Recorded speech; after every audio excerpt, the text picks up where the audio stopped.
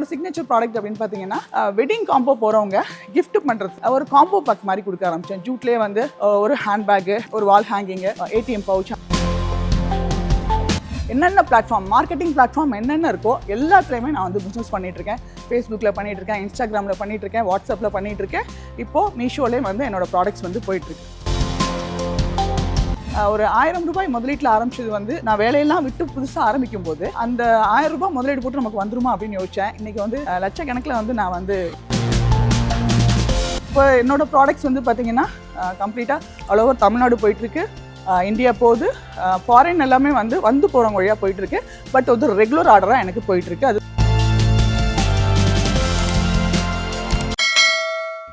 அனைவருக்கும் வணக்கம். நான் ஆண்டாள் ஆழ்வார் சுவாமி.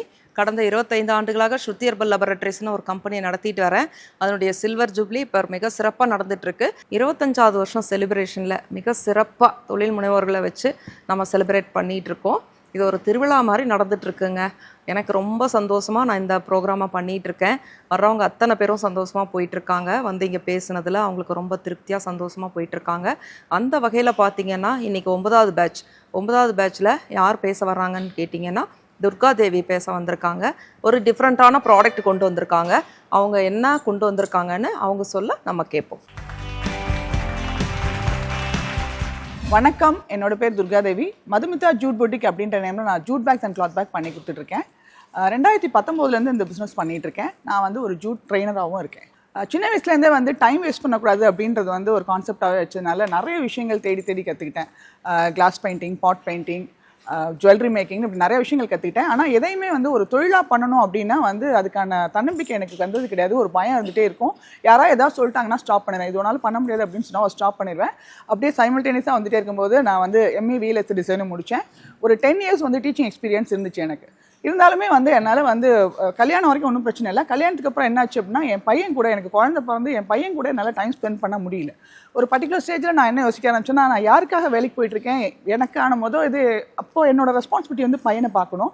ஸோ அப்போ வந்து வேறு தொழில் கண்டிப்பாக மாறணும் அப்படின்ற ஒரு முடிவுக்கு வந்திருந்தேன். அப்போது அது தொடர்ந்து அதுக்கான தேடல் வந்து ரொம்ப ஜாஸ்தியாகவே போயிட்டே இருந்துச்சு. அப்போ என்ன பண்ணலாம் அப்படிங்கும்போது தான் கவர்மெண்ட் வந்து இந்த பிளாஸ்டிக்கை வந்து பேன் பண்ணிவிட்டு மற்ற பொருட்கள், சுற்றுச்சூழல் சார்ந்த பொருட்களை வந்து ப்ரமோட் பண்ணுறதுக்கான வேலைகள் ஜாஸ்தியாக இருந்துச்சு. ஸோ அப்போ நான் டிசைட் பண்ணேன் இதுதான் ஒரு ரைசிங் ஃபீல்ட், இதில் நம்ம சூஸ் பண்ணுவோம் அப்படின்னு சொல்லிட்டு எக்கோ ஃப்ரெண்ட்லி ப்ராடக்ட் சூஸ் பண்ணலாம் அப்படிங்கும்போது எனக்கு ஸ்டிச்சிங்கில் கொஞ்சம் இன்ட்ரெஸ்ட் உண்டு. ஸோ அதனால் நான் என்ன பண்ணேன்னா ஜூட் பேக் வந்து ட்ரைனிங் எடுத்தேன். 1 month ட்ரைனிங் எடுத்தேன். அந்த பயிற்சி முடிக்கும் போதே வந்து எனக்கு என்ன ஒரு நம்பிக்கை வந்துச்சு, கண்டிப்பாக இதை வந்து என்னால் தொழிலாக பண்ண முடியும் அப்படின்னு நம்பிக்கை வந்துச்சு. ஒரு 1000 ரூபாய் முதலீட்டில் தான் நான் வந்து இந்த தொழிலை வந்து ஸ்டார்ட் பண்ணேன். ப்ராப்பராக கற்றுக்கிட்டேன், அந்த தொழில் கற்றுக்கும் போதே நிறைய மாடல்ஸ் போட்டு பார்த்தேன். ஸோ அப்போ எனக்கு ஆட்டோமேட்டிக்காக ஒரு கான்ஃபிடன்ஸ் வந்துச்சு. ஒரு தொழிலை எப்படி நடத்தணும், என்னென்னலாம் செய்யணும் அப்படின்ற ஒரு தெளிவான பார்வை எனக்கு கிடைச்சிச்சு. இதுக்கு முன்னாடி பண்ண பிஸ்னஸ் எல்லாமே வந்து அப்போல்லாம் சோஷியல் மீடியா வர ஆரம்பிச்சிச்சு. பட் அதை எப்படி வந்து ப்ராப்பராக யூஸ் பண்ணணும் அப்படின்ற ஒரு கைடன்ஸ் கிடையாது. அதை பற்றின அவேர்னஸ் முன்னாடி எனக்கே இல்லை. இதை வந்து தொழிலாக ஆரம்பிக்கணும் அப்படிங்கும்போது நான் இது எல்லாமே தேடி தான் கற்றுக்கிட்டேன். ஒரு ப்ராப்பர் சோஷியல் மீடியா வந்து எப்படி யூஸ் பண்ணணும் அப்படின்றத கற்றுக்கிட்டேன். அதுக்கப்புறம் அந்த தேடல்கள் வந்து ஜாஸ்தியாக வயா ஸ்டால்ஸ் வந்து நான் வந்து என்னை இம்ப்ரூவ் பண்ண ஆரம்பித்தேன்.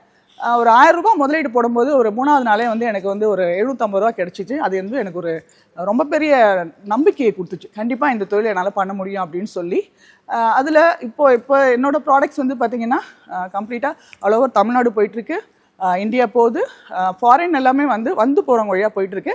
பட் வந்து ரெகுலர் ஆர்டராக எனக்கு போயிட்டுருக்கு. அது தொடர்ந்து போயிட்டே இருக்குது. வருஷம் என்கிட்ட வர்றவங்க எல்லாருமே என்கிட்ட ப்ராடக்ட்ஸ் வாங்கி போயிட்டே தான் இருக்காங்க. இதில் இந்த மாதிரி போயிட்டே இருக்கும்போதே நான் வந்து ஒரு ஜூட் பேக் ட்ரெயினராக கன்வெர்ட் ஆனேன். காலேஜஸில் வந்து அப்படி போகும்போது என்னோட விரிவுரையாளர் பணி வந்து எனக்கு இங்கே தான் கை கொடுத்துச்சு. காலேஜஸில் வந்து ஆண்டர்ப்ரனர்ஷிப் டெவலப்மெண்ட் செல்லில் வந்து அந்த ஸ்டூடெண்ட்ஸ் இருப்பாங்க. ஸோ அங்கே உள்ள ஸ்டூடெண்ட்ஸுக்கு நீங்கள் தொழில் முனைவு பற்றி நீங்கள் கிளாஸ் எடுங்க அப்படின்னு சொன்னாங்க. ஸோ அந்த மாதிரி நான் அப்படியும் கன்வெர்ட் ஆனேன். காலேஜஸில் இடிசி செல் வழியாக ஒரு ரிசோர்ஸ் பர்சனாகவும் நான் போயிட்டுருக்கேன். அதுக்கப்புறம் ஜூட் ட்ரெயினராக கன்வெர்ட் ஆனேன். ஜூட்டில் ஆன்லைன்லேயே ட்ரைனிங் கொடுத்துட்ருக்கேன், ஆஃப்லைன்லேயே வந்து நான் ட்ரைனிங் கொடுத்துக்கிட்டு இருக்கேன். ஸோ இப்போது இதில் எல்லாருமே கேட்கலாம், டேரெக்டாக உங்களுக்கு வந்துட்டிங்களா அப்படின்னா அப்படி கிடையாது. நான் வந்து முன்னாடி இருக்கும்போது ஒன்றும் பிரச்சனை இல்லை. நம்ம அம்மா அப்பா வந்து நம்ம எல்லாமே சப்போர்ட் பண்ணுவாங்க.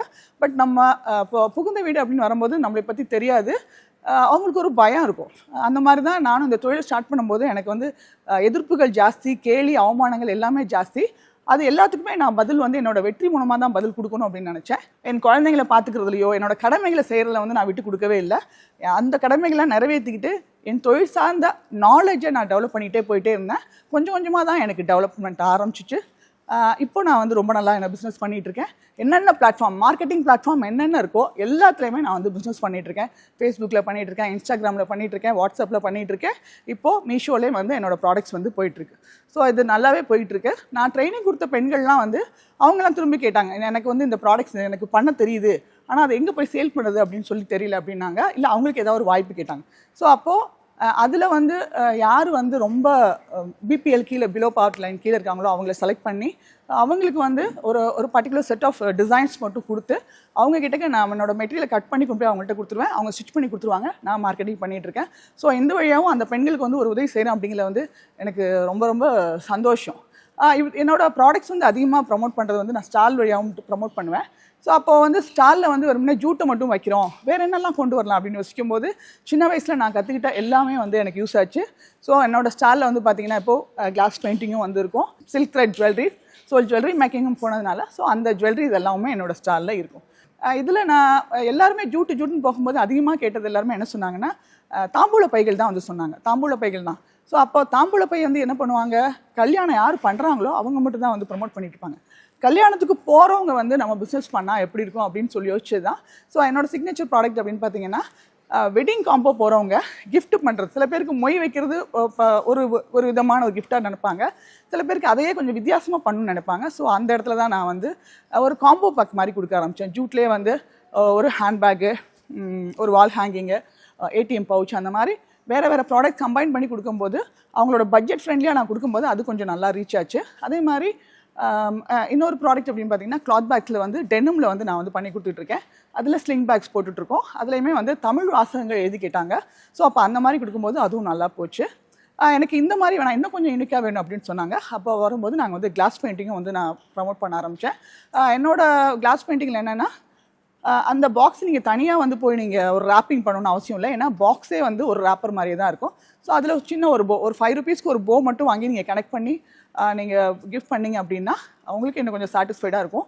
உங்களுக்கும் வந்து எங்களை மாதிரி வளர்ந்து வர்ற ஒரு வித்தியாசமான கிஃப்ட்டை வந்து ப்ரெசென்ட் பண்ணோம் அப்படின்னு ஒரு சந்தோஷமாகவும் இருக்கும். வாங்கினவங்களுக்கும் வந்து அது ரொம்ப திருப்தியாக இருக்கும். ஸோ என்னோடய பிஸ்னஸ் ரொம்ப நல்லா போயிட்டுருக்கு. ஒரு ₹1000 முதலீட்டில் ஆரம்பித்தது வந்து ₹1000 வந்து ஒரு முதலீடு போட்டு அப்போது அவ்வளோ எதிர்ப்புகள் தாண்டி நான் வேலையெல்லாம் விட்டு புதுசாக ஆரம்பிக்கும்போது அந்த ₹1000 முதலீடு போட்டு நமக்கு வந்துருமா அப்படின்னு யோசித்தேன். இன்றைக்கி வந்து லட்சக்கணக்கில் வந்து நான் வந்து இன்வெஸ்ட் பண்ணிகிட்ருக்கேன் மெட்டீரியலுக்கு மட்டுமே. அப்படின்னா பாருங்கள், எனக்கு அவ்வளோ இன்வெஸ்ட்மெண்ட் நான் பண்ண முடியுது அப்படின்னா இது என்னால் பண்ண முடியும் அப்படிங்கிறனால தான். ஸோ எல்லாருமே கண்டிப்பாக வந்து உங்களோட தொழிலில் வந்து தேவையான நாலேஜை வளர்த்துக்கோங்க. உங்களோட தேடலை தீவிரப்படுத்திகிட்டே இருங்க. கண்டிப்பாக அடுத்தடுத்த பாதை வந்து நம்ம கூட பயணிக்கிறவங்க கண்டிப்பாக நமக்கு வாய்ப்புகள் கொடுப்பாங்க. அப்படி தான் நான் இன்னை வரைக்கும் டெவலப் ஆகிட்டே இருக்கேன். இந்த எதிர்ப்புகள் எல்லாம் வந்து அடுத்தடுத்து நான் வந்து வேறு காலேஜஸில் போய் பேசும்போது நிறைய இடத்துல வந்து நம்மளை வந்து கௌரவிக்கும் போது அந்த கூச்சல்கள் எல்லாமே வந்து இப்போ வந்து ஓசையாச்சு. இப்போது வெறுமனே வந்து முனகலாக மட்டும்தான் இருக்குது. இன்னும் கொஞ்சம் நாள் அது இன்னமும் சைலண்ட் ஆகிரும்னு நான் நினைக்கிறேன். இந்த என்னோடய நம்பர்ஸ் உங்களுக்கு தேவைப்படுச்சுன்னா டிஸ்கிரிப்ஷனில் இருக்குது. அதை வாங்கி அந்த டிஸ்கிரிப்ஷன் வழியாக என்னை காண்டாக்ட் பண்ணுங்கள். தேங்க்யூ. துர்காதேவி மிக சிறப்பாக பேசினாங்க. படன்னு வந்து அவங்க எங்கே ஆரம்பித்து எங்கே வந்து முடிஞ்சு மிக சிறப்புமா அவங்க சொன்னாங்க. பாருங்கள், ஓசை வந்து முணுமுணுப்பாயிருச்சு, அந்த முணுமுணுப்பும் கொஞ்சம் நாளில் நின்றுன்னு சொல்லி சொன்னாங்க. மிக அழகாக வந்து நீங்கள் அப்சர்வ் பண்ணியிருக்கீங்க அந்த ஓசை வந்து முணுமுணுப்பானதை. ரொம்ப நல்லா இருந்தது அது கேட்குறதுக்கு. அப்புறம் அவங்க வந்து ஜூட் பேக்கை பற்றி சொன்னாங்க. ஒரு காம்போ ஜூட் பேக், அதாவது கல்யாண வீடுகளுக்கு நாங்கள் கிஃப்ட் கொடுக்குறதா பொண்ணு மாப்பிள்ளை நம்ம போகிறோம் கல்யாணத்துக்கு போவோம்ல மேம், அவங்க கிஃப்ட் பண்ணுறது பொண்ணு மாப்பிள்ளை கிஃப்ட் பண்ணுறதுக்கு ஏதாவது ₹100 ₹500 அந்த மாதிரி கிஃப்ட் பண்ணணும்னு நினைப்பாங்க. மொய் எழுதுவாங்கல்ல, ஆமாம், மொய்யறதை இந்த மாதிரி வாங்கி பண்ணால் கொஞ்சம் நல்லா இருக்கும். மொய் எழுதுறதுக்கு பதிலாக இந்த மாதிரி அவங்க பாருங்கள், ஒரு ஷாப்பிங் போகலாம், பொண்ணு மாப்பிள்ளை அழகாக ஷாப்பிங் போகலாம். இந்த பர்ஸ் மாப்பிள்ளை வச்சுக்கலாம், இந்த பர்ஸ் மாப்பிள்ளை வச்சுக்கலாம், இந்த பர்ஸ் பொண்ணு வச்சுக்கலாம், ஏடிஎம் கார்டு வச்சுக்கலாம். என்ன அழகாக ஒரு இன்னோவேட்டிவாக வந்து திங்க் பண்ணியிருக்காங்க பாருங்கள். ரொம்ப அழகான ஒரு ப்ராடக்ட்டு. அப்புறம் அவங்க வந்து டெனிமில் வந்து ஒரு பேக் பண்ணியிருக்கேன், அப்படி ஸ்லிங் பேக் பண்ணியிருக்கேன்னு சொல்லியிருக்காங்க. நானுமே ஸ்லிங் பேக் தாங்க எப்போவுமே யூஸ் பண்ணுறது. ஏன்னா அது ரொம்ப ஈஸியாக இருக்கும். இந்த ஹேண்ட் பேக்குன்னா இப்படியே ஒரு பக்கம் தொங்கிட்டே இருக்கும். ஸ்லிங் பேக்குன்னா ரொம்ப அழகாக இதுக்குள்ளே ஈஸியாக கையெல்லாம் போட்டு நம்ம என்ன வேணுமோ எடுத்துக்கலாம். ரொம்ப அழகாக இருக்குது டெனிம் பேக்கு. இது நல்லா வாஷபிள் என்னம்மா? Yes ma'am. நல்லா வாஷ் பண்ணிக்கலாம். உள்ளே வேற ஒரு ஜிப்பு கொடுத்துருக்கீங்களே அழகாக, உள்ளே ஒரு ஜிப்பு வேற கொடுத்துருக்காங்க. அதில் வந்து நம்ம கேஷ் எல்லாம் உள்ளே வச்சுக்கலாம். ரொம்ப அழகாக இருக்குது இது. அப்புறம் பார்த்தீங்கன்னா அவங்களுடைய பெயிண்டிங்கை பற்றி சொல்லியிருந்தாங்க. அதாவது அவங்க சின்ன வயசில் கற்றுக்கிட்டதெல்லாம் இன்றைக்கி வந்து ஒரு ஸ்டால் போட்டால் இந்த மாதிரி பெயிண்டிங் எல்லாம் விற்கிறேன்னு சொல்லியிருந்தாங்க. இந்த மாதிரி பெயிண்டிங் வாங்கினா கிஃப்ட் ரேப்பர்லாம் தனியாக தேடி போய் பண்ண வேண்டாம், அது ஒரு பவு மட்டும் வாங்கி வச்சா போதும்னு சொன்னாங்க. இங்கே பாருங்கள், இந்த பெயிண்டிங்கோடைய பாக்ஸ் இது அழகாக ஒரு சில்வர் கலரில் போட்டு வச்சுருக்காங்க. என்ன ஒரு இன்னோவேஷன்! ரொம்ப ரொம்ப நாள் திங்க் பண்ணியிருப்பீங்கன்னு நினைக்கிறேன் நான். நல்லா அழகாக திங்க் பண்ணி, அதாவது ஒரு ப்ராடக்ட் உருவாக்குறது பெரிய விஷயம் இல்லை, அதை எப்படி மக்களுக்கு கொண்டே ரீச் பண்ணணுன்றது இருக்குது. அதே மாதிரி பெயிண்டிங்கில் பாருங்கள், பெரிய சைஸும் இருக்குது, சின்ன சைஸும் இருக்குது. நம்ம பட்ஜெட்டுக்கு தகுந்த மாதிரி அவங்கக்கிட்ட கஸ்டமைஸ் பண்ணி வாங்கிக்கலாம். அதுக்குமே ஒரு குட்டி பாக்ஸ் இந்த மாதிரி நீங்கள் யாருக்காவது gift கொடுக்கணுன்னா இந்த பாக்ஸ்க்குள்ளே அவங்க வச்சு கொடுத்துட்றாங்க. இது அழகாக நீங்கள் வந்து ஒரு பவு வாங்கி இது பண்ணி ஒரு பர்த்டே கிஃப்ட்டு அந்த மாதிரியெல்லாம் பண்ணிக்கலாம். ரொம்ப அழகாக இருக்குது அவங்களுடைய ப்ராடக்ட் எல்லாம். அதே மாதிரி இங்கே பாருங்கள், ஒரு பேரட் ஒன்று பண்ணியிருக்காங்க பாருங்கள். ஒரு அழகான பேரட் பண்ணியிருக்காங்க, பெரிய சைஸில் ஃப்ளார் பண்ணியிருக்காங்க. யாராவது டிசைன் கொடுத்தா அதையும் பண்ணி கொடுப்பீங்க. பாருங்கள், உங்களுக்கு என்ன டிசைன் வேணுமோ அவங்களுக்கு வாட்ஸ்அப்பில் அனுப்பிச்சிங்கன்னா அதையும் அவங்க பண்ணித்தரேன்னு சொல்கிறாங்க. இவங்களுடைய ப்ராடக்ட் வேணும்னு நினைக்கிறவங்க கீழே டிஸ்கிரிப்ஷனில் அவங்களோட நம்பர் கொடுத்துருக்கோம், தொடர்பு கொண்டு உங்களுக்கு வேண்டியதை ஆர்டர் பண்ணி வாங்கிக்கிங்க. மிக்க நன்றிங்க. தேங்க்யூ. Thank you ma'am.